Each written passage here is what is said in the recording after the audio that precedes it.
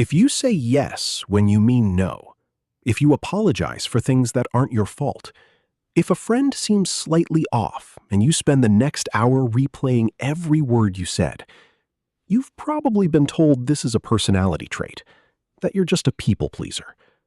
New psychology research says that's wrong.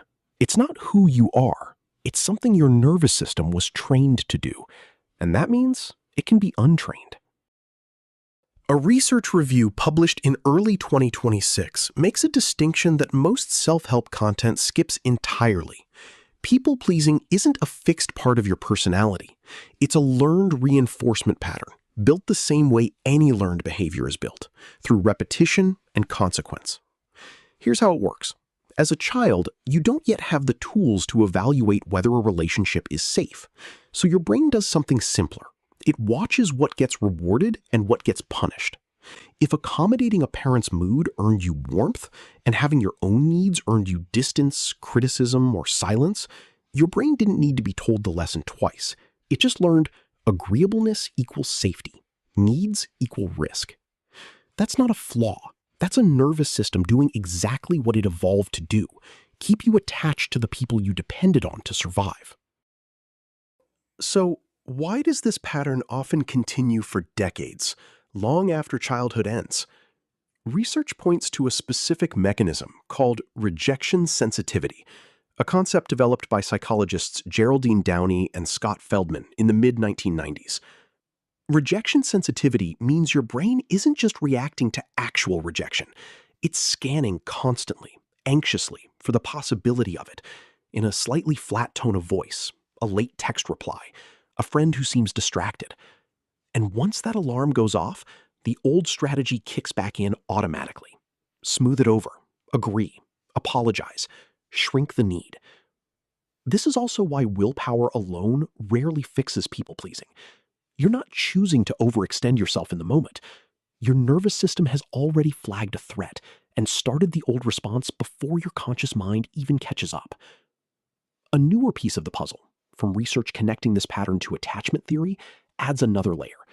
People with insecure attachment styles are especially prone to this cycle because early relationships taught them that closeness was conditional, not guaranteed.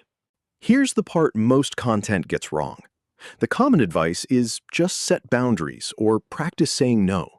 But if the underlying alarm system is still firing, forcing a boundary often just produces guilt, anxiety, or a boundary you abandon the moment someone pushes back.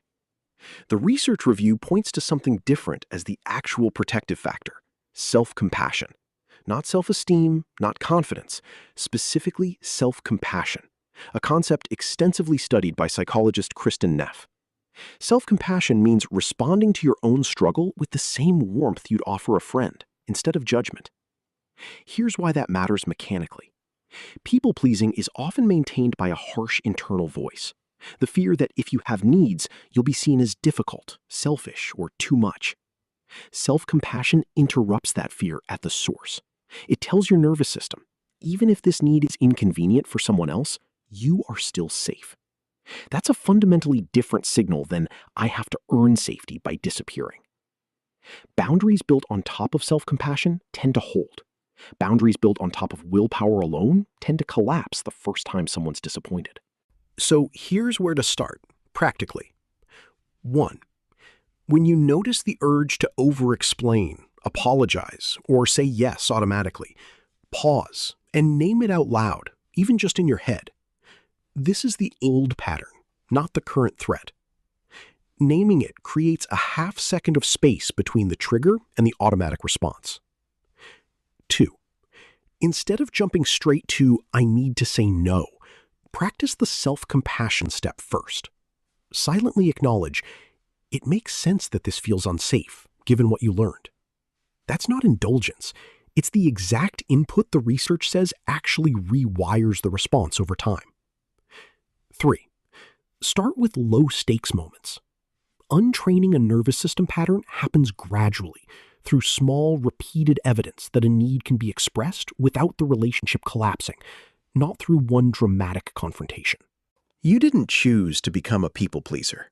You adapted, brilliantly, to keep yourself safe in the relationships you had. that adaptation just isn't necessary anymore, and your nervous system doesn't know that yet. Your job isn't to force it into new behavior. It's to show it, patiently, that it's safe to stand down. What is one boundary or truth you have been hiding to keep the peace? Share it in the comments below. And if you wish to continue exploring the depths of the mind with us, consider subscribing. Until next time, find your way within.